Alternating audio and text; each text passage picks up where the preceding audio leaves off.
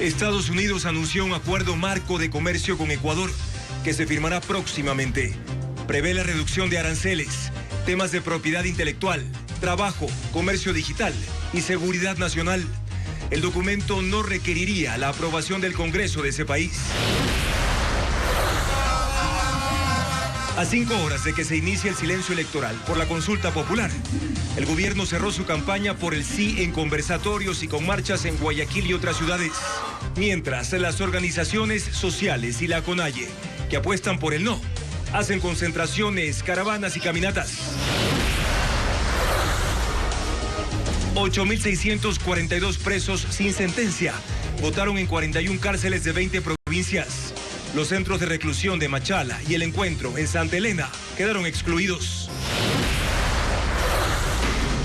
Operativos simultáneos en Ecuador y Europa desarticularon una red de narcotráfico que movía 500 millones de dólares. Hay 22 detenidos, entre los que figuran ecuatorianos, españoles y albaneses. Las redadas se dieron en 3 cantones de Guayas. La minería ilegal se expande en Napo. Decenas de máquinas pesadas extraen oro en la parroquia Talaj por más de 5 millones de dólares cada día. Las comunidades denuncian desplazamientos y daños ambientales.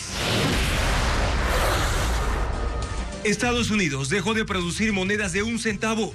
El Banco Central dice que esto no afectará el curso del dólar en Ecuador, porque hay suficientes monedas para los próximos 2 años. De ser necesario, se las acuñará en el país. Milagro en Chimborazo. Luego de 4 días de búsqueda, encuentran al niño que había desaparecido en el Cerro Puñay, a 2.100 metros de altura. Más de 100 personas participaron en el operativo. El menor fue llevado a un hospital. La selección ecuatoriana de fútbol está lista para el amistoso ante Canadá. Moisés Caicedo y Nilson Angulo serán los jugadores más importantes de la tricolor en la mitad de la cancha. ¿Qué tal, amigos? Muy buenas noches. Bienvenidos a Televistazo Estelar este jueves 13 de noviembre. Comenzamos ya con el desarrollo de la información más destacada de este día. Estados Unidos anuncia que estableció con Ecuador un marco para un acuerdo sobre comercio bilateral. Un comunicado de la Casa Blanca publicado hoy señala que Donald Trump y Daniel Noboa confirman su visión compartida sobre el crecimiento y los valores democráticos, que en materia de aranceles, Ecuador reducirá las tarifas para ciertos productos como maquinaria, vehículos y algunos de tipo agrícola, mientras que Estados Unidos se compromete a eliminar los aranceles extras sobre algunos productos ecuatorianos que no pueden ser hechos allá en cantidades suficientes. También establece asuntos sobre barreras no arancelarias, propiedad intelectual, trabajo y ambiente, también comercio digital, economía e incluso seguridad nacional. La publicación indica que ambos países están trabajando para finalizar el acuerdo y así formalizar su firma.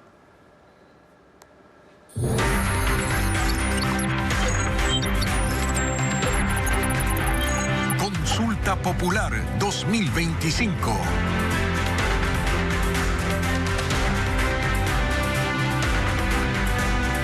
El cierre de la campaña por el sí de cara a la consulta popular y referéndum del domingo estuvo liderado por el presidente Daniel Noboa, quien desde esta mañana participó en una serie de eventos con jóvenes y mujeres emprendedoras. Y en otras localidades, el movimiento oficialista ADN organizó otros actos políticos con artistas nacionales y en compañía de asambleístas afines al gobierno de Noboa. Los detalles de la jornada con Diego Cuenca.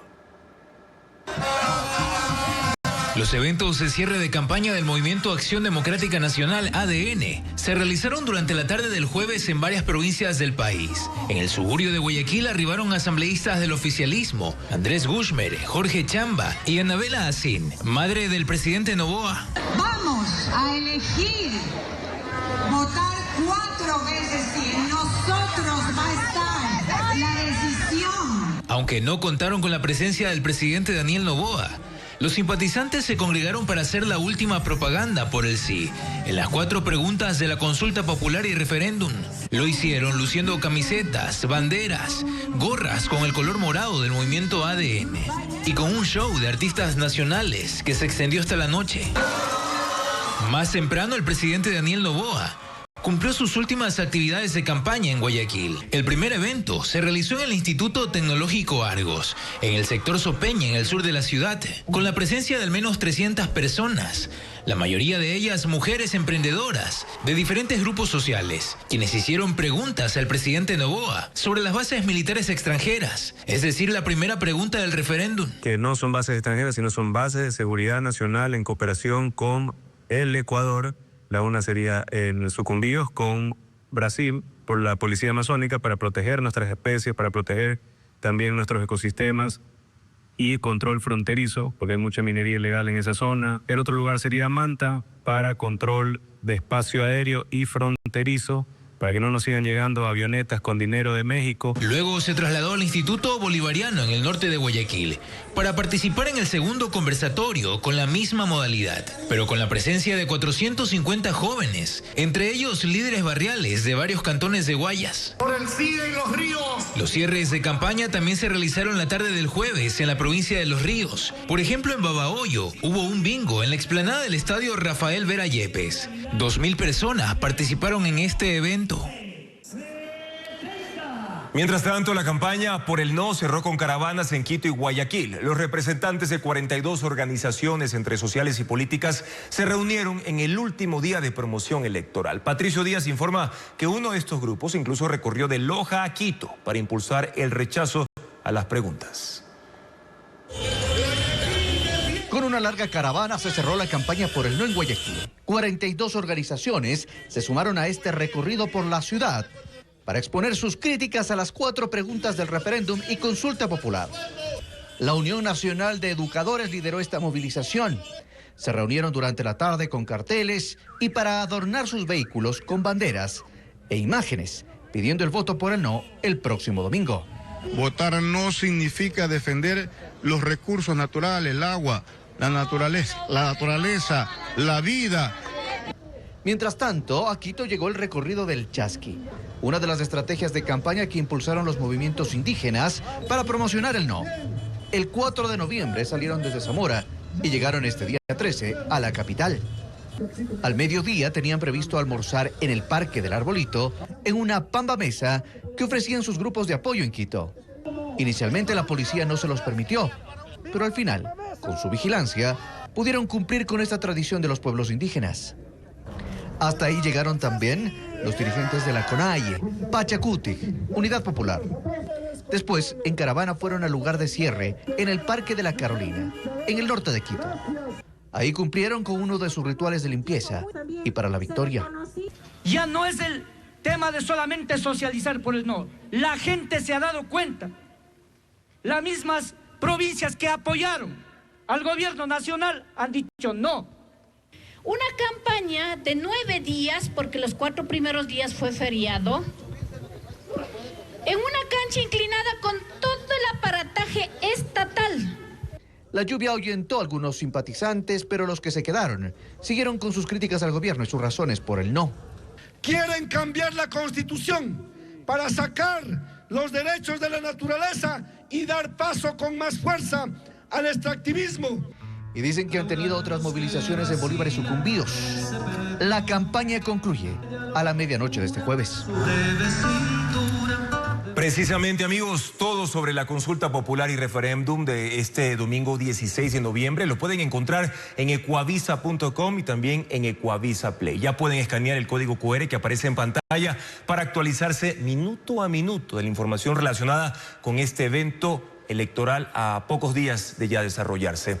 Y antes del cierre empezaron las votaciones de más de 8.000 reos sin sentencia ejecutoriada en 41 cárceles de Ecuador.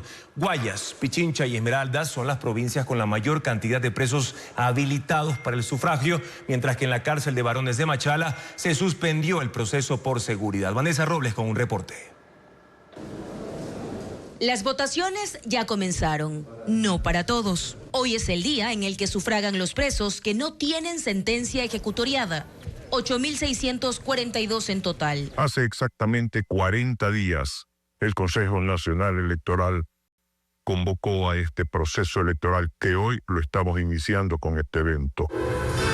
El inicio oficial de estas votaciones se dio tras una ceremonia en la sede del Consejo Nacional en Quito. La jornada se lleva a cabo en 41 cárceles de 20 provincias del país. Guayas es la provincia con mayor número de presos sin sentencia, que son los que están habilitados para sufragar.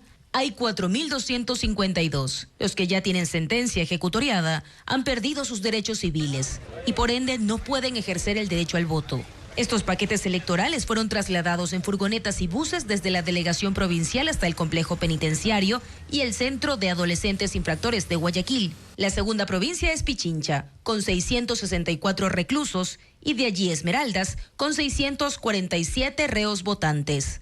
En la cárcel de varones de Machala, donde hubo 2 masacres el domingo anterior, con un saldo de 32 muertos, quedó excluida de las votaciones. La Junta Provincial Electoral de El Oro consideró que no existen las garantías técnicas, administrativas, logísticas y de seguridad para el día de las elecciones. Así que pese a que los reclusos de ese centro penitenciario sí están habilitados para sufragar, no podrán hacerlo. Los presos de la recién inaugurada Cárcel del Encuentro tampoco participarán en las votaciones, porque, según el equipo de comunicación de CNE, ese recinto no forma parte de su planificación. En Ecuador, hay 9.078 presos habilitados para sufragar.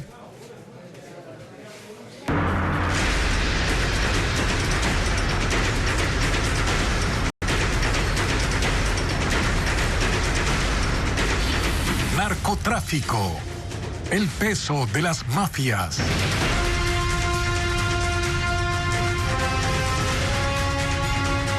Un operativo internacional desmantela una red de narcotráfico entre Ecuador y Europa. En el país, los allanamientos se ejecutaron en 3 cantones de Guayas. Merlin Ochoa informa que además 11 de los 22 detenidos fueron capturados en continente europeo.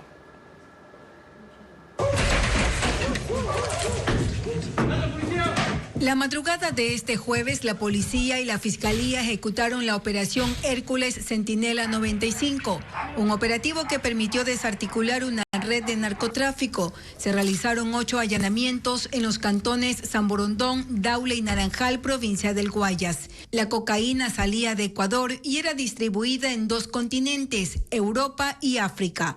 En Europa, los países involucrados en esta ruta eran España, Bélgica y Países Bajos. En África era Libia. Es una operación dirigida a 3 compañías exportadoras por la cual se ha incautado en operaciones controladas más de 500 millones de dólares en drogas.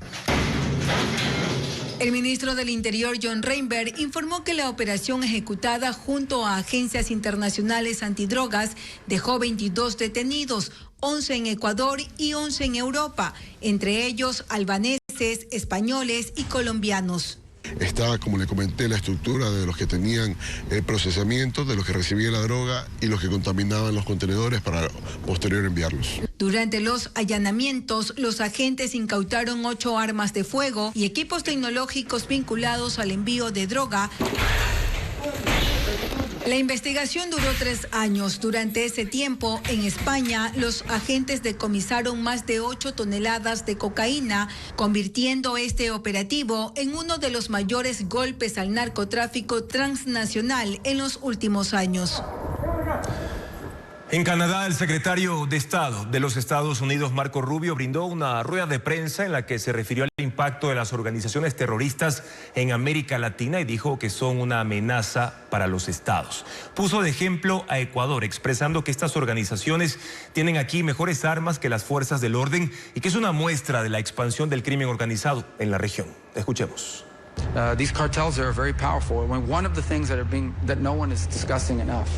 Estos carteles son muy poderosos y una de las cosas que no se discute lo suficiente es el crecimiento de estas organizaciones terroristas transnacionales, y no porque no estén impulsadas ideológicamente significa que no sean terroristas.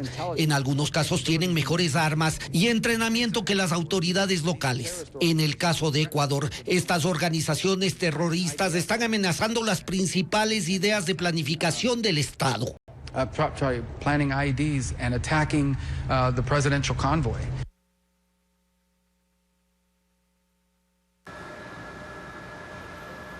La organización International Crisis Group publicó un informe sobre la violencia en Ecuador. El estudio concluye que en una década el país pasó de ser uno de los más seguros de Sudamérica al más violento. Señala que la declaración de conflicto armado y la militarización no ha logrado resultados efectivos. Paul Romero profundiza en este tema. A casi 2 años de declarada la guerra contra los grupos criminales en el Ecuador, los resultados del conflicto armado no son alentadores. La organización internacional Crisis Group, con sede en Bruselas, especialista en investigaciones de inseguridad y violencia en todos los continentes, publicó este miércoles un informe de 49 páginas titulado «Un paraíso perdido, la lucha de Ecuador contra el crimen organizado». Señala que las operaciones conjuntas entre militares y policías son parte de una campaña de represión que tuvo un éxito fugaz con la caída de homicidios a 39 por cada 100.000 habitantes en 2024. Pero el repentino aumento de los asesinatos convirtió el primer semestre de 2025 en el año más violento de la historia del Ecuador, que subió la tasa a 52 homicidios por cada 100.000 habitantes, según datos oficiales. Varias drogas, en particular la cocaína, continúan llegando en cantidades industriales desde los puertos ecuatorianos a los mercados de Estados Unidos y Europa, precisa el informe, y que por debilidades institucionales, los grupos narcotraficantes arrastraron al Ecuador al corazón de la cadena global del suministro de narcóticos. En esa cadena, los puertos del Pacífico, especialmente los de Guayaquil, son las puertas de salida más eficientes para cargamentos de cocaína desde la región al mercado internacional. Las acciones del gobierno para enfrentar a los grupos criminales las cataloga como firmes, pero con resultados irregulares y de poca duración. Considera que las operaciones de seguridad dispersan a los grupos criminales, los empujan a la clandestinidad, pero tras el retiro de las fuerzas de seguridad las bandas se reagrupan. Concluye que las políticas de mano dura son populares, pero que los resultados distan mucho de ser exitosos. En Napo persiste la minería ilegal bajo control de grupos armados como los choneros y los lobos. Las organizaciones delictivas extraen oro a gran escala y se estima hasta 44.000 gramos diarios en Talag. Y abastecen de combustibles, además, a los frentes mineros. 7 comunidades quichuas piden la intervención urgente del bloque de seguridad para poder frenar esta actividad que deja daños ambientales, violencia y delitos conexos. Veamos. Estas imágenes fueron captadas hace 6 días sobre la parroquia Talag, en el cantón Tena, en Napo.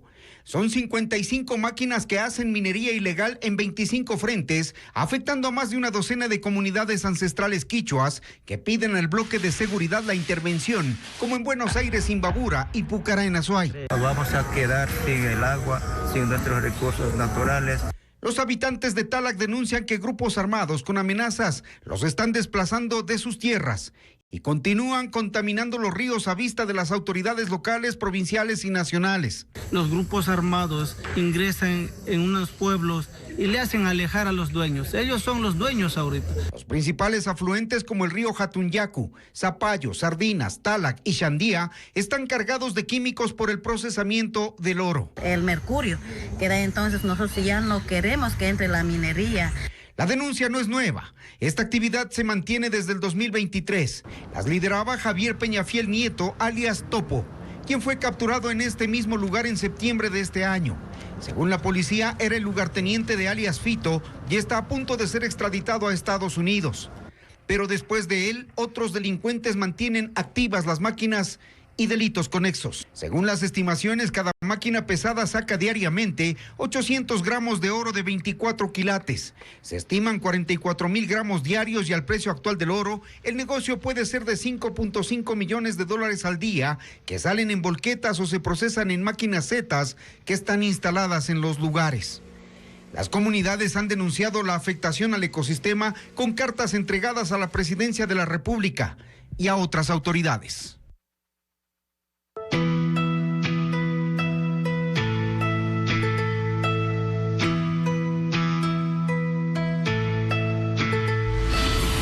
Chunchi, milagro en Cerro Puñay.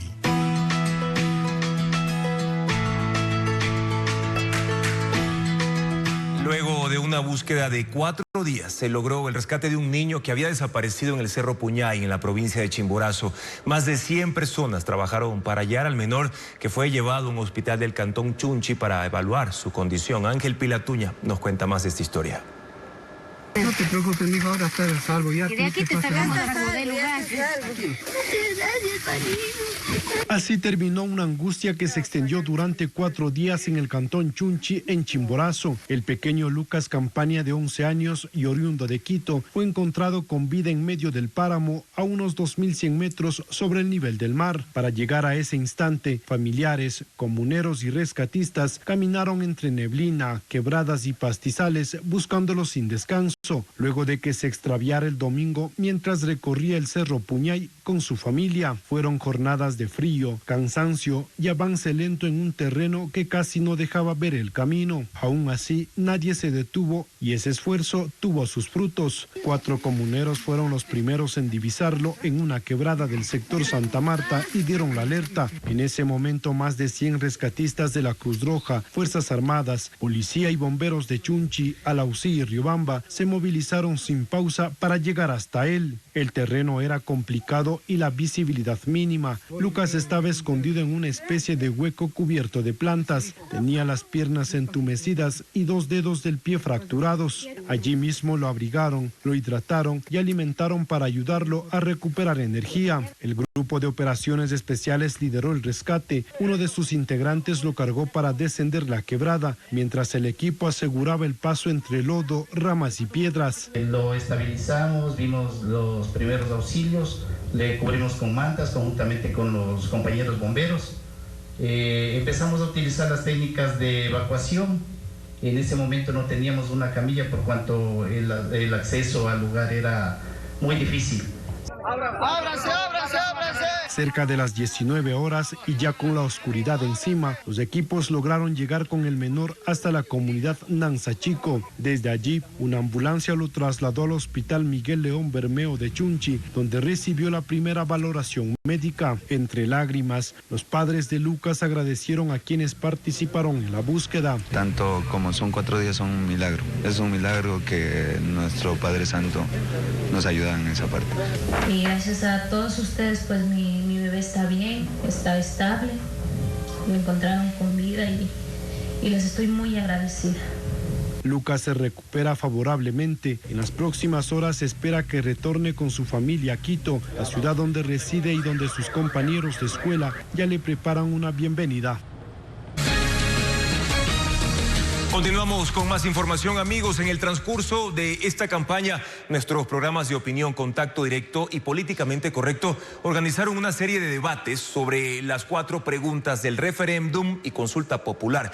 16 figuras políticas y analistas han expuesto sus argumentos a favor del sí y del no en cada una de las preguntas que a lo largo de este noticiero vamos a presentar para que ustedes tomen la que consideren mejor decisión. Vamos a empezar ahora con la pregunta A del referéndum, que señala lo siguiente: ¿está usted de acuerdo con que se elimine la prohibición de establecer bases militares extranjeras o instalaciones extranjeras con propósitos militares y de ceder bases nacionales a Fuerzas Armadas o de seguridad extranjeras? Entre los argumentos para votar sí están: fortalecer la corresponsabilidad y cooperación internacional en seguridad, permitir asistencia técnica y logística al gobierno en la lucha contra el crimen. No implica pérdida de soberanía si hay control del Estado. Ahora vamos a revisar los argumentos para votar no en esta pregunta. Reiteramos la pregunta del casillero A. Son los siguientes: el riesgo de que se violen derechos humanos por parte de las fuerzas extranjeras, que se puedan usar las bases extranjeras con fines geopolíticos ajenos al Ecuador y que las Fuerzas Armadas ecuatorianas deben ser autosuficientes. Reitero, son los argumentos para votar no. Más adelante vamos a abordar el resto de preguntas. Y ahora cambiamos de tema para contarles que el Banco Central del Ecuador afirma que la suspensión en la fabricación de monedas de 1 centavo no afectará a la economía, que hay una provisión suficiente para los próximos 2 años y, si es necesario, se acuñará esta denominación en el país. Adriana Bermeo con el informe. Estados Unidos acuñó la última moneda de 1 centavo. El gobierno de Donald Trump tomó esa decisión porque fabricar cada una cuesta 3.7 centavos, casi 4 veces su valor nominal. Según la Casa de la Moneda de Estados Unidos, solo en 2024 la fabricación de 3.200 millones de monedas ocasionó una pérdida de $85.3 millones. En Ecuador, el Banco Central aseguró que no habrá consecuencia para la economía. Su gerente, Guillermo Avellán, aseguró que el país cuenta con un inventario suficiente para atender la demanda durante los próximos 2 años. Además, el Banco Central tiene la facultad para acuñar moneda fraccionaria nacional en caso de ser necesario, con el respaldo de reservas internacionales. La demanda local de moneda de 1 centavo se ha reducido en los últimos años y, según las proyecciones del gobierno, continuará disminuyendo con el aumento de los pagos digitales. La Reserva Federal, que es del Banco Central estadounidense, no suspenderá el suministro de monedas de 1 centavo a escala internacional y cuenta con un número importante de nuevas y usadas con las cuales podrá atender la demanda de Ecuador. La última moneda fue acuñada en Filadelfia por el tesorero de Estados Unidos, Brandon Beach, lo que puso fin oficialmente a los 232 años de producción del centavo en circulación. En Quito, un tráiler con 10.000 galones de brea líquida se volcó en la avenida Simón Bolívar a la altura del sector de Llano Chico. No hay víctimas por este siniestro, pero generó congestión y alarma también por el material derramado. Alex Pila con más información de lo ocurrido. El vehículo pesado perdió pista y se volcó en uno de los tramos más pronunciados de la avenida Simón Bolívar, 1 kilómetro antes de la intersección con la Panamericana Norte. La brea, utilizada comúnmente en trabajos de asfalto, se dispersó en el pavimento y obligó a cerrar temporalmente la vía, mientras se realizaban las labores de contención y limpieza. Más de 7 horas tomó dejar segura la zona. Ustedes pueden ver, tenemos los 2 cierres principales, tanto en el redondel de Gualo como en el redondel del Centro Comercial El Portal. Durante ese tiempo, personal del Cuerpo de Bomberos de Quito, la Agencia Metropolitana de Tránsito y técnicos de gestión de riesgos trabajaron para controlar posibles filtraciones y evitar un incendio. Durante las labores de limpieza se registró un hecho conmovedor. Un perrito quedó atrapado en la brea caliente, sin posibilidad de moverse. Nuestro equipo periodístico junto a bomberos logró rescatar al can, que fue atendido inmediatamente por veterinarios y se encuentra fuera de peligro junto a sus dueños. La brea fue trasladada al sector de Collas a una escombrera, hasta que la empresa encargada del transporte gestione su traslado a un centro autorizado de tratamiento de materiales peligrosos. El conductor del tráiler huyó después del siniestro. Las autoridades confirmaron que el vehículo solo tenía permiso para transportar carga general. Salió el miércoles a las 4 de la tarde de San Mateo, en Esmeraldas, por lo que se investiga si la empresa encargada contaba con la autorización para movilizar sustancias peligrosas. 10.000 galones de brea que se han visto, digamos, afectados por este volcamiento del tanquero. Un tanquero que tiene permisos de carga, pero no permisos para transporte de material digamos, peligroso, como es este caso de la brea. La Secretaría de Ambiente de Quito anunció que presentará una denuncia en la Fiscalía para determinar las responsabilidades, tanto del conductor como de la compañía transportista.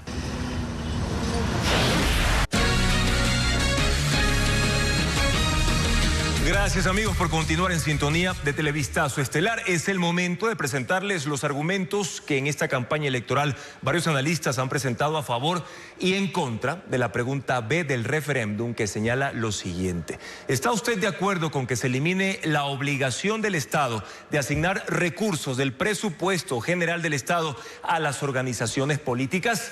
Quienes promueven el voto por el sí argumentan lo siguiente: el ahorro de recursos públicos que pueden ir a sectores urgentes. También que los partidos y movimientos deben financiarse con los recursos de sus simpatizantes y militantes. Ayudaría a depurar organizaciones políticas de alquiler. Además, consideran que la academia puede encargarse de la capacitación a los políticos. Esto para quienes apoyan el sí, tanto analistas como politólogos. Quienes piden votar por el no señalan que esta pregunta debilita a los partidos y movimientos más pequeños que no tienen grandes aportantes. El problema no es el dinero estatal, sino su falta de control, riesgo de financiamiento de economías ilícitas. Además, se fomenta la antipolítica. Enseguida hablaremos de la tercera pregunta del referéndum sobre la reducción del número de asambleístas. Revisamos ahora la información de otras partes del mundo.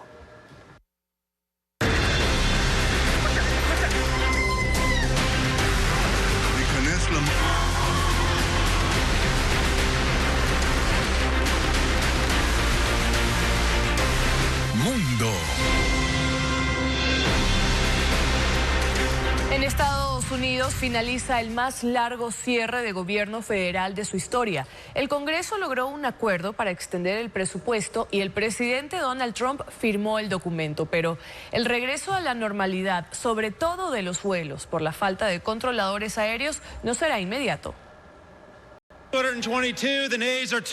La Cámara de Representantes aprobó en la noche del miércoles un acuerdo bipartidista. Con 222 votos a favor, incluidos 6 demócratas y 209 en contra, se envió el documento para la firma del presidente Donald Trump, poniendo fin a la paralización del gobierno más larga en la historia de Estados Unidos. Después de 43 días, miles de empleados federales que fueron despedidos o suspendidos volverán a sus puestos de trabajo con pago retroactivo de salarios, aunque el dinero podría tardar en llegar a sus cuentas, incluso hasta fines de mes. La medida incluye a controladores aéreos y personal de los filtros de seguridad en aeropuertos. Según el secretario de Transporte Sean Duffy, los vuelos podrían normalizarse para el Día de Acción de Gracias, el 27 de noviembre. También se aprobó el financiamiento por un año completo del programa de asistencia nutricional suplementaria, que beneficia a 42 millones de personas de bajos ingresos. Pero no está claro cuándo se entregarán los bonos que se retuvieron durante el cierre.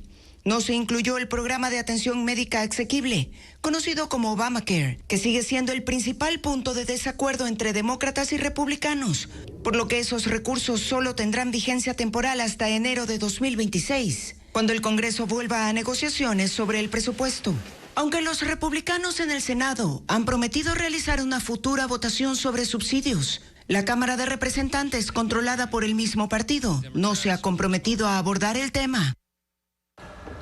Rusia advierte que Ucrania tendrá que sentarse a negociar el fin de la guerra tarde o temprano y que mientras más tiempo pase, más debilitados estarán. Los ataques de Rusia continúan mientras que el presidente ucraniano Zelensky lucha además contra un escándalo de corrupción en el gobierno. Reporta Pedro Jiménez. Rusia y Ucrania siguen acusándose mutuamente de eludir un proceso serio de diálogos para la paz. El Kremlin advierte que Ucrania se debilita día tras día y ante la imposibilidad de continuar con las conversaciones, seguirán con las operaciones militares. El vocero de la presidencia rusa, Dmitry Peskov, dice: la parte ucraniana debe saber que tarde o temprano tendrá que negociar, pero desde una posición mucho peor. Los ataques rusos más recientes están dirigidos contra los transformadores de al menos 2 de las 9 plantas de energía nuclear en Ucrania, en una nueva estrategia que aumenta el riesgo de destrucción de la base de generación energética en ese país y que es vital para el suministro de electricidad y calefacción, sobre todo ahora que se empiezan a registrar temperaturas bajo cero con la llegada del invierno. Ucrania, mientras tanto, busca fortalecer posiciones clave en el sur y en el este. Volodymyr Zelensky visita las brigadas de combate, pero reconoce que hay dificultades en regiones como Zaporilla, donde deben reforzar las defensas. Pero tiene también problemas en lo político por un escándalo de corrupción en el sector energético y obligado a renunciar a sus ministros de Justicia y de Energía por una trama de sobornos en contratos con proveedores por $100 millones. Zelensky promete total transparencia en la investigación e intenta recuperar la confianza no solo de la población ucraniana, sino también de sus socios europeos y donantes internacionales, de los que depende en gran medida el abastecimiento de armas para la defensa en la guerra con Rusia. Japón despliega al ejército, la policía y distribuye campañas a la población ante el aumento de ataques de osos en el norte del país. La prefectura de Akita es la más afectada. Ahí se han reportado miles de avistamientos en calles, parques y jardines. Las autoridades locales crearon una brigada de seguridad para actuar ante la aparición de un oso, dando permiso especial para dispararles en caso de ser necesario. Desde abril en Japón se han reportado miles de avistamientos de osos en zonas urbanas, 220 ataques y 13 fallecidos.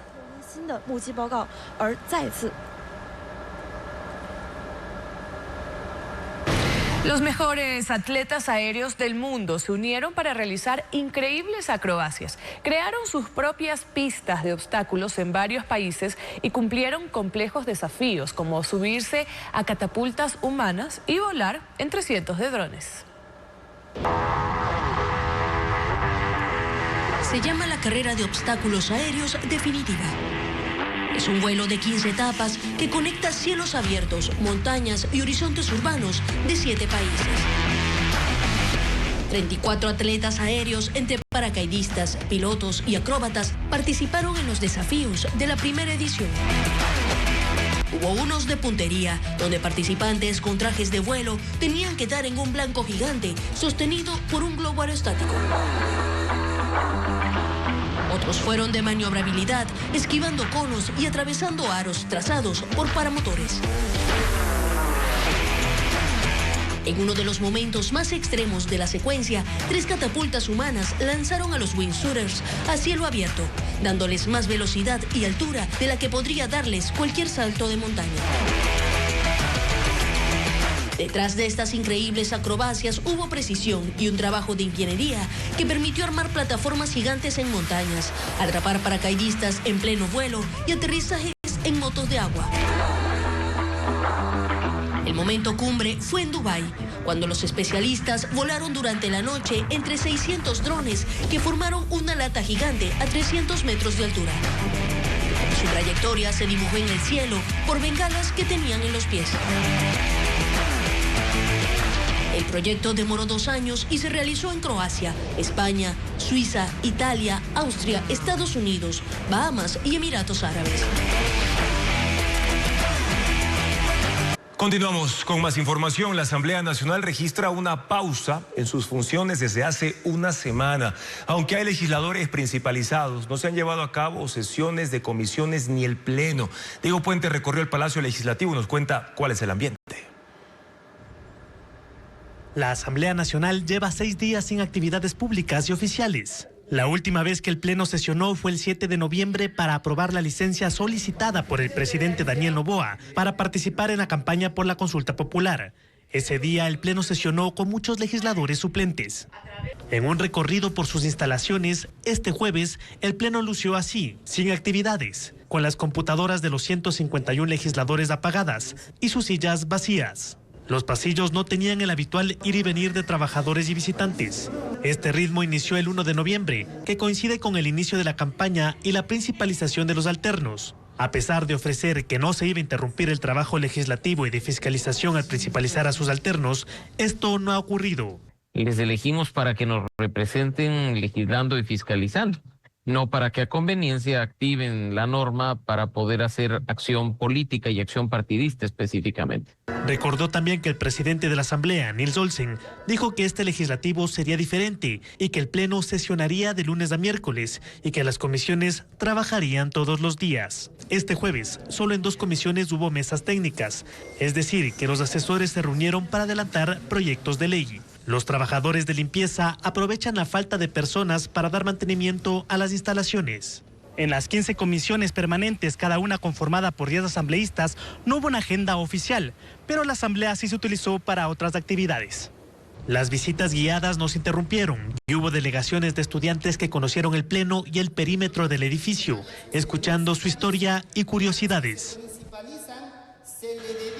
Continúa la crisis política en la Asociación de Municipalidades del Ecuador. Entre ayer y hoy se emitieron 2 fallos judiciales sobre la designación presidencial. Uno reconoce a Patricio Maldonado como titular de ese organismo y otro ratifica en cambio a Yuri Colorado en el cargo. Adriana Bermeo amplía la información.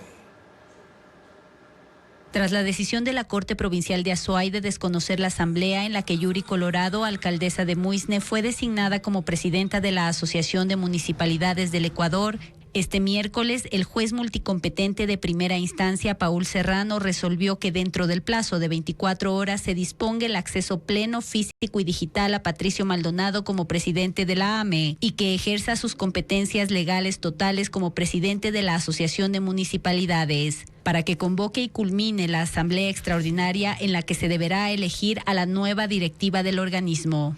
Además, pidió que se oficie a la Fiscalía para que investigue si en las instalaciones de la AME en Quito se están cometiendo los delitos de incumplimiento de decisiones legítimas de autoridad competente, asociación ilícita y usurpación y simulación de funciones. Y que se investigue a la alcaldesa del cantón Carlos Julio Arosemena Tola, donde se realizó la asamblea en la que fue designada Yuri Colorado por incumplimiento de decisiones legítimas de autoridad competente. De otro lado, este jueves la alcaldesa de Muisne publicó en sus redes sociales que un juez constitucional de Muisne la ratificó como presidenta de la AME.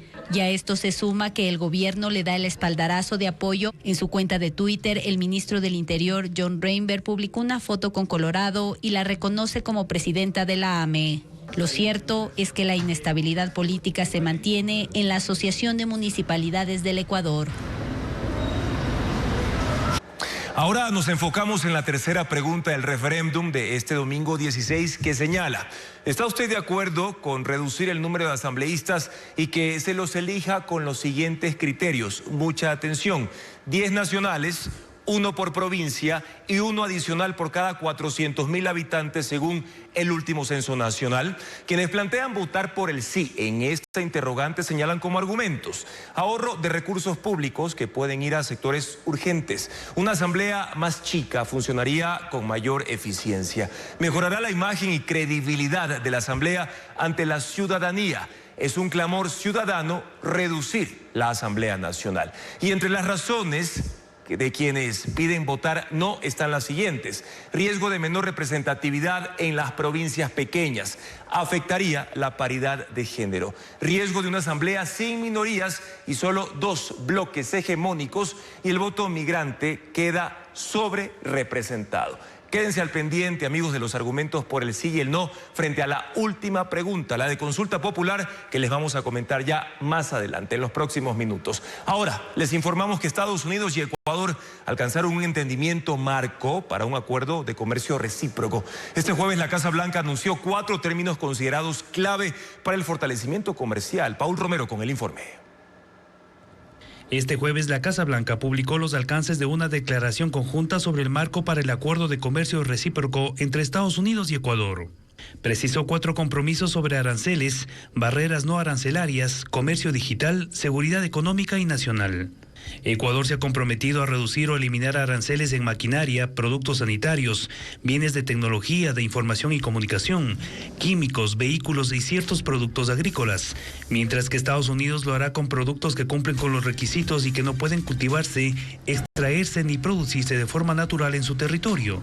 Los 2 países negociarán un entendimiento en barreras no arancelarias, facilitación del comercio con la eliminación de inspecciones previas al embarque, propiedad intelectual, protección de derechos laborales reconocidos internacionalmente y los altos niveles de protección ambiental. El documento final se firmará más adelante. Funcionarios del gobierno consultados por Televistazo señalaron que este acuerdo inicial no requiere la aprobación del Congreso de Estados Unidos. La Cancillería calificó de histórico al paso dado porque Ecuador es uno de los primeros países en el mundo en llegar a un entendimiento de comercio recíproco. Esto ocurre después de las negociaciones entre los 2 países tras la imposición del 15% de aranceles a los productos ecuatorianos por el gobierno de Donald Trump.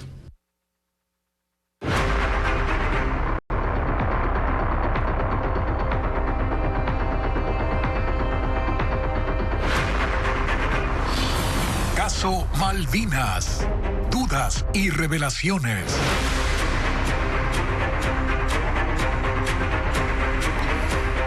Luego de 3 días de audiencias en el juicio contra 17 militares por la desaparición forzada de los 4 niños de las Malvinas, el tribunal reprogramó las sesiones para el lunes de la próxima semana, el lunes 17 de noviembre. El motivo es la necesidad de atender diligencias paralelas que enfrentaban riesgo de caducidad. Bessie Granja tiene los detalles expuestos por el perito de la reconstrucción de los hechos.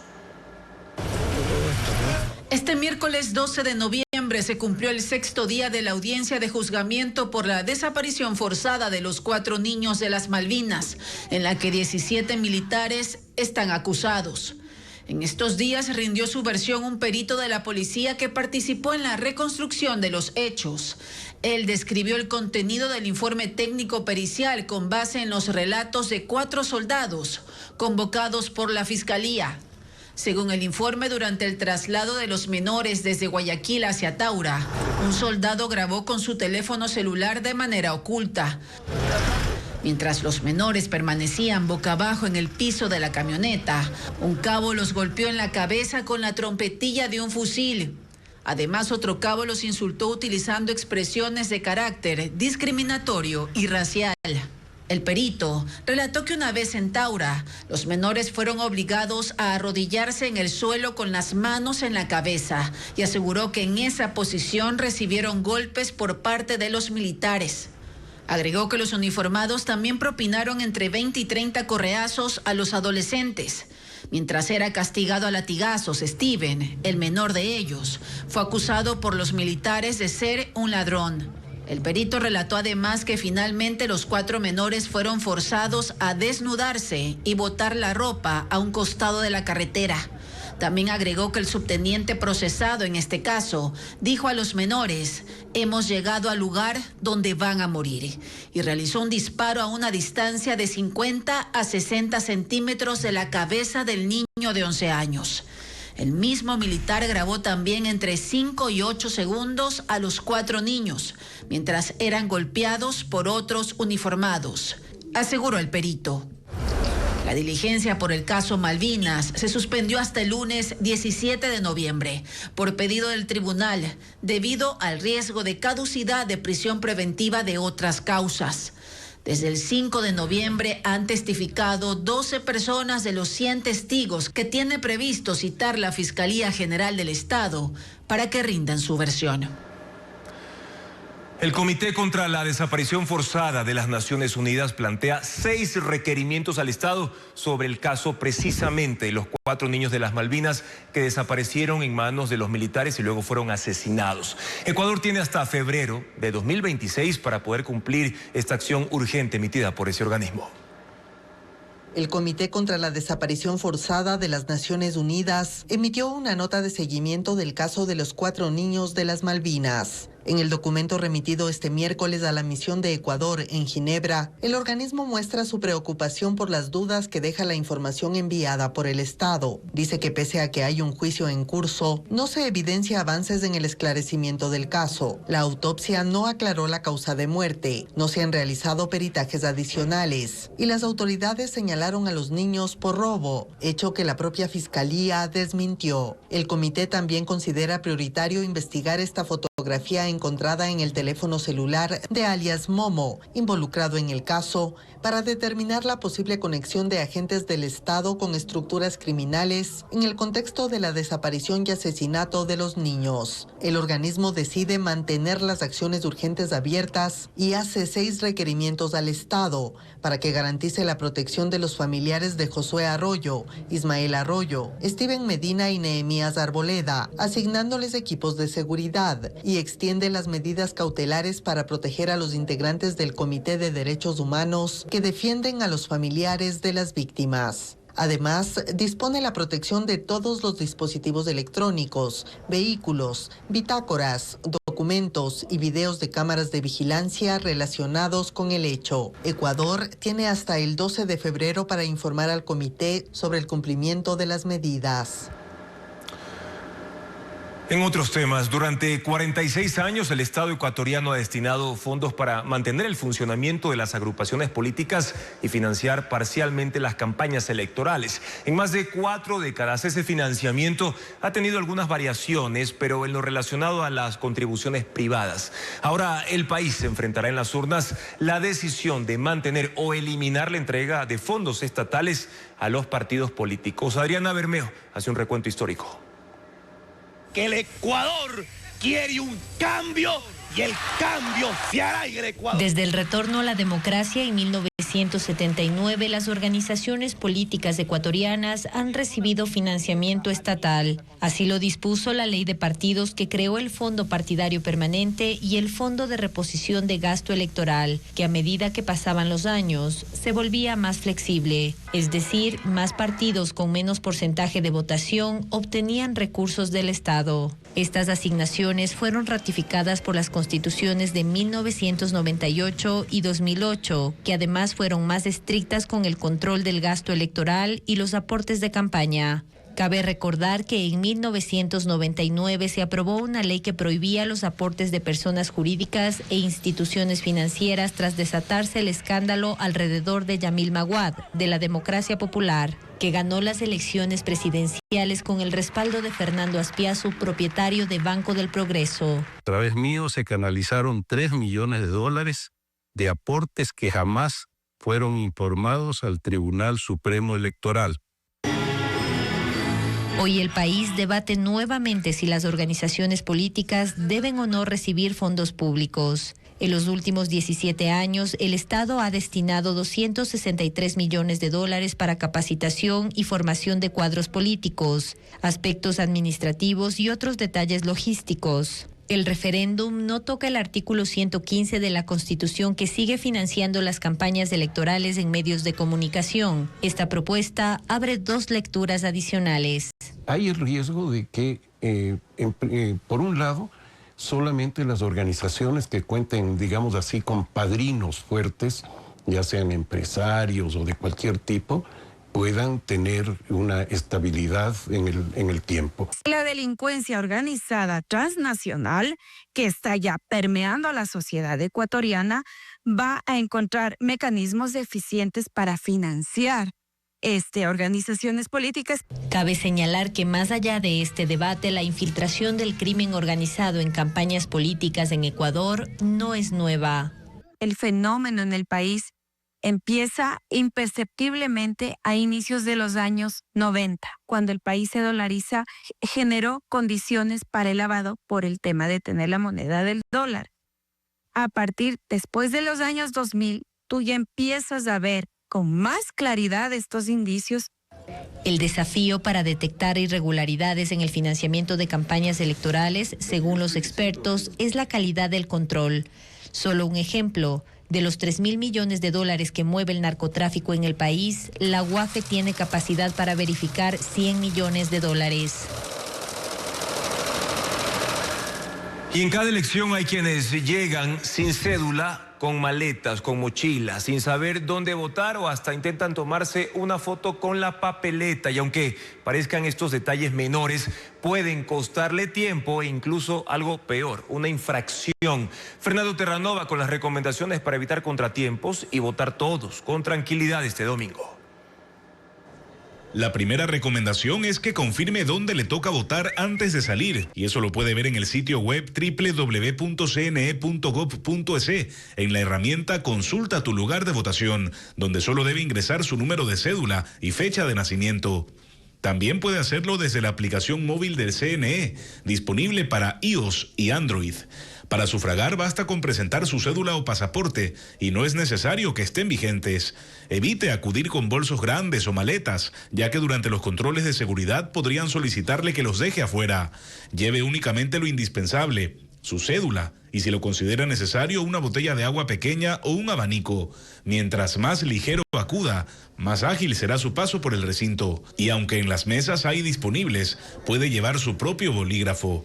Recuerde, el voto es secreto, así que tomar fotos o videos dentro del biombo puede considerarse una infracción electoral. Dentro del recinto, escuche las instrucciones de los miembros de la Junta Receptora del Voto. Ellos le indicarán dónde marcar y cómo depositar su voto. Si puede, acuda temprano en la mañana o antes de la media tarde, pues a esas horas suele haber menos gente y podrá votar con rapidez. Recuerde que está vigente el silencio electoral, por lo que está prohibido realizar propaganda o vestir prendas con logotipos de colores o partidos políticos. Siga estas recomendaciones, evite contratiempos y contribuya a que la jornada electoral se desarrolle en paz, con respeto y orden. El hijo del excontralor Carlos Polid, quien estaba próximo a conocer su condena tras declararse culpable de lavar dinero de los sobornos de Odebrecht, presentó una moción para obtener una pena reducida en los Estados Unidos. John Polid delató a su padre y a otros involucrados y pidió a la justicia que tome en cuenta su cooperación. Veamos.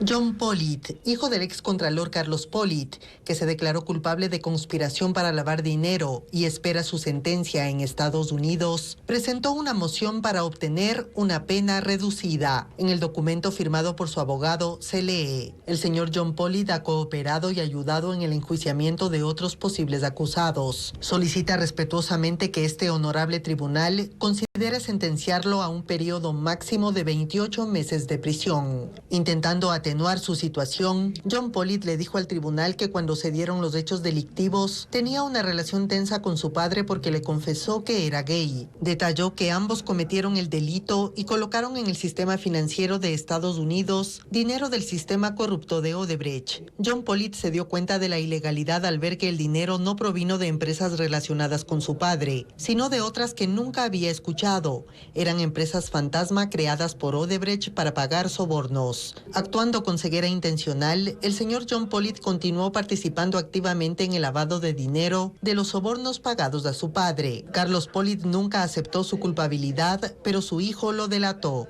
Estaba previsto que John Pollitt conozca su condena el próximo 19 de noviembre a las 2 de la tarde en Miami, pero la presentación de la moción puede posponer el anuncio. Él aseguró al tribunal que para esa fecha ya habrá pagado los $16.5 millones impuestos como reparación y que siente una profunda vergüenza por lo que hizo.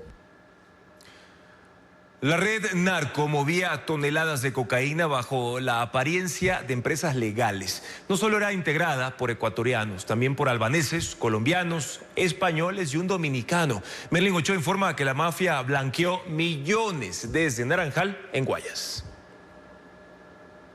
Según los agentes, en esta vivienda en Naranjal, provincia del Guayas, sin maquinarias ni bodegas, funcionaban 3 empresas familiares que están siendo investigadas, pero los uniformados recalcan que en realidad era el centro logístico de una red narco que conectaba a Ecuador con Europa y África. Desde ahí se coordinaban rutas, cargas y pagos ilícitos. Según la policía, las compañías registradas simulaban exportaciones de banano, frutas y legumbres. Sin embargo, los balances revelaron el verdadero negocio. Entre 2022 y 2024 pasaron de manejar $1 millón a más de 12.5 millones, sin respaldo comercial alguno, según los investigadores. En la cúspide del esquema está el cabecilla, que es el accionista principal y responsable de la logística de exportación. Su hermana administraba el dinero, mientras 5 testaferros prestaban sus nombres para lavar la plata y para ocultar la propiedad real de la estructura vinculada a la mafia albanesa. Los nombres de los involucrados se mantienen en reserva por ley. La cocaína colombiana viajaba camuflada en contenedores contaminados desde 5 terminales portuarias del país. 4 de los 11 ecuatorianos detenidos movieron $1.3 millones en 3 años, sin actividad económica verificable. Todos enfrentan cargos por tráfico de drogas a gran escala, delito que podría costarles hasta 26 años de prisión. En Manta, la policía desmanteló una banda de sicarios vinculada a la red de los Lobos, responsable de al menos 40 asesinatos. El operativo dejó 18 detenidos, quienes según las autoridades cobraban sueldos y hasta bonos por cada crimen. Fueron 17 los allanamientos que realizó la policía en Manta para desmantelar una banda de sicarios. El operativo terminó con 18 detenidos, vinculados a la banda criminal de los Lobos. Están vinculadas en 40 muertes violentas y 6 tentativas de asesinato registrados en los cantones de Manta, Montecristi y Jaramillo. Según la policía, las investigaciones que se iniciaron en marzo revelaron que esta red funcionaba como una empresa criminal. Y estos sicarios tenían un sueldo mensual que cobraban por ser parte de esta estructura y por estar a disposición de esta estructura criminal para realizar los asesinatos. Además recibían un bono cada que cometían un asesinato. El ministro del Interior indicó que dentro de los 40 crímenes que se les atribuye están los asesinatos del fiscal de Manta, Marcelo Vázquez, y del policía que lo custodiaba, Marco Moreno, ocurridos en octubre de 2024. También un triple crimen en el que murió el tiktoker Marcos Jonathan Palma el pasado 9 de noviembre. Durante los allanamientos se decomisaron además 2 fusiles, armas, municiones y 160 bloques de droga. La policía asegura que estas capturas permitieron evitar al menos 15 asesinatos que estaban en la lista de objetivos de esta red. Ahora les contamos que una embarcación chocó esta tarde contra un puente que conecta Guayaquil con la isla Santay. Equipos de las Fuerzas Armadas y la policía se trasladaron al lugar del accidente, que no dejó heridos.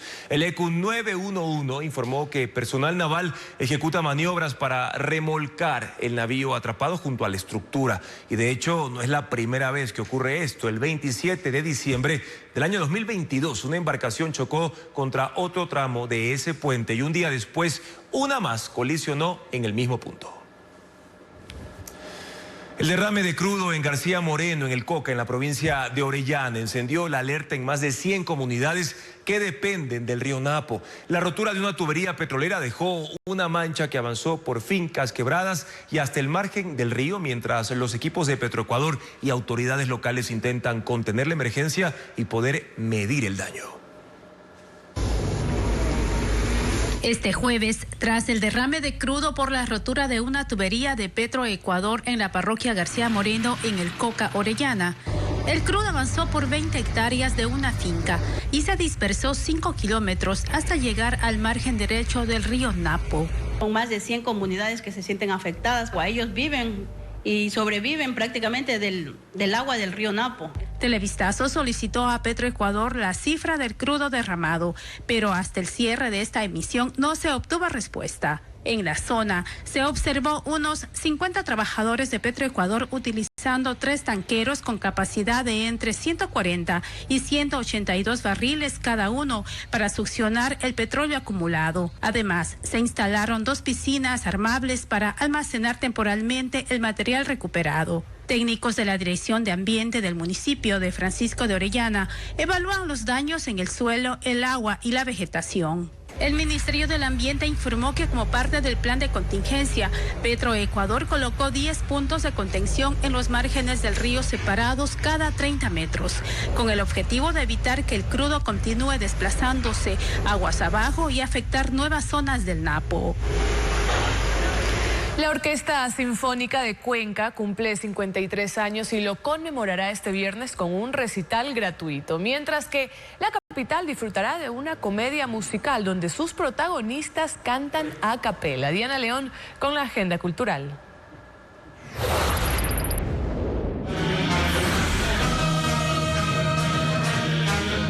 La Orquesta Sinfónica de Cuenca celebrará esta semana su aniversario número 53 con un concierto especial bajo la dirección del maestro Augusto Carrión.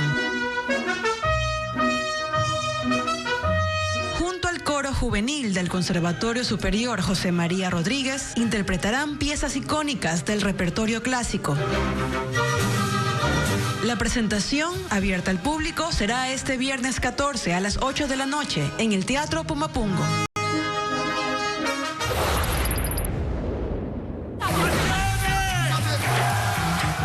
Hasta el sábado 15, la Universidad de las Artes de Guayaquil presenta un festival de cine europeo contemporáneo. El English National Ballet te ha ofrecido un contrato. La muestra, compuesta por 10 películas, cuestiona la imagen habitual de Europa y explora sus fronteras reales y cinematográficas. Las proyecciones gratuitas son en la Sala de Cine Manzana 14, en la avenida 9 de Octubre y calle Panamá. Come il protagonista del mio film, sono il capitano di una nave alla deriva.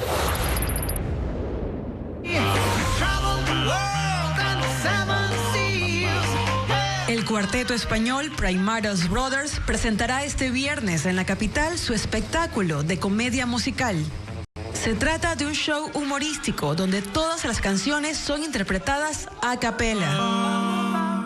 El telón del Teatro Scala de Quito se levantará a las 7 de la noche, mientras que el domingo 16 y lunes 17 el show se trasladará al Festival Internacional de Artes Vivas. Gracias amigos por continuar en sintonía de Televistazo Estelar y cerramos ahora la exposición de los argumentos a favor del sí y el no en esta consulta popular con el análisis de la pregunta del casillero D, la cuarta pregunta, por parte de expertos y analistas que durante la campaña estuvieron en los espacios de entrevista y debate políticamente correcto y contacto directo. Voy a leer la pregunta. ¿Está usted de acuerdo en que se convoque e instale una asamblea constituyente cuyos representantes sean elegidos por voto popular para elaborar una nueva constitución que entrará en vigencia solo si es aprobada en referéndum? Quienes sustentan el voto por el sí señalan lo siguiente: se debe refundar el Estado para mejorar la seguridad y también la economía ecuatoriana. La Constitución lleva 17 años y está desactualizada. Es un proceso democrático que será controlado por la ciudadanía en el referéndum ratificatorio. Ahora, el voto por el no se sustenta en los siguientes argumentos. No hay claridad sobre qué tratará la constituyente. Riesgo de concentración de poder para el Ejecutivo y perder derechos. Hay mecanismos de reforma sin pasar por una constituyente. Luego de analizar ambos argumentos, ustedes podrán tomar la mejor decisión. En Guayaquil se desarrolló el evento Ingenia Summit IA o Extinción, que reunió a expertos internacionales para analizar cómo la inteligencia artificial está transformando la forma de trabajar y tomar decisiones. Durante la jornada se abordaron tendencias y aplicaciones prácticas que enfrentan empresas y profesionales para adaptarse a la IA. María Gabriela Carpio cubrió la inauguración. Estamos frente a la tecnología más poderosa que la humanidad haya creado. Un avatar diseñado con inteligencia artificial fue el encargado de inaugurar el Ingenia Summit, IA o Extinción. Era el doble digital de Juan Carlos Navarro, presidente de la Cámara de Industrias de Guayaquil, quien poco después apareció en el escenario para dejar claro que la inteligencia artificial se ha convertido en un lenguaje obligado para las empresas. Si no utilizamos la inteligencia artificial bien para poder poner en práctica una transformación digital real, pero profunda en nuestras empresas, vamos a desaparecer porque nuestra competencia lo va a hacer. Tras esa introducción, las conferencias a cargo de representantes de 9 compañías globales abordaron cómo la inteligencia artificial está acelerando tareas, reduciendo tiempos y ayudando a tomar decisiones basadas en datos. Los especialistas coinciden en que el desafío no es solo adoptar nuevas herramientas, sino entender que la transformación empieza adentro y también implica superar miedos. El riesgo no es que la inteligencia artificial nos vaya a reemplazar a los humanos o los trabajos. Reemplazará a la gente que no sabe utilizar la inteligencia artificial para ser más productiva, para ser más eficiente. Si uno no se mete por miedo, pues termina quedándose atrás y termina siendo menos competitivo. Ponen como ejemplo procesos de capacitación que antes tomaban semanas en una empresa y que ahora pueden resolverse en días mediante agentes inteligentes y sistemas interactivos. Pues empiezan a utilizar avatares para empujar a que la persona tenga conocimiento mucho más rápido, que te va explicando todo, y un agente inteligente a la cual vos puedas tener una pregunta y respuesta y respondiendo todo a través del teléfono. Este cambio también se siente en la relación con los clientes. Hay compañías que ofrecen soluciones con inteligencia artificial para acompañar todo el recorrido de compra, desde la consulta inicial hasta la firma de un contrato. Esto no es que es magia que la inteligencia artificial solito va a saber. Esto es un trabajo que las empresas, con su experiencia que ya tienen, podemos automatizar estos procesos. Por eso todos los especialistas insistieron en la importancia de adaptarse al ritmo acelerado de la inteligencia artificial y aprender a usarla antes de que sea tarde. Bienvenidos. Acompañado de su familia y rodeado de admiradores, Rafael desfiló por la alfombra roja de su gran noche en Las Vegas. La Academia Latina de la Grabación le rindió un emotivo homenaje por sus 60 años de trayectoria artística, su inconfundible estilo y su aporte a la música en español. Es un momento impagable. Impagable. Estoy muy feliz.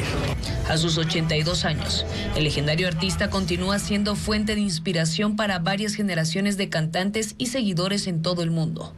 Para mí, Rafael es historia de España, obviamente, ¿no? Es una leyenda de España y del mundo.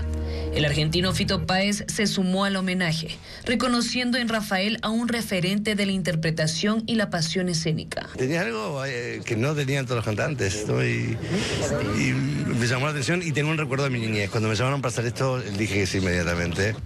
Otro de sus grandes admiradores, David Bisbal, recordó con emoción su amistad y las veces que han compartido escenario.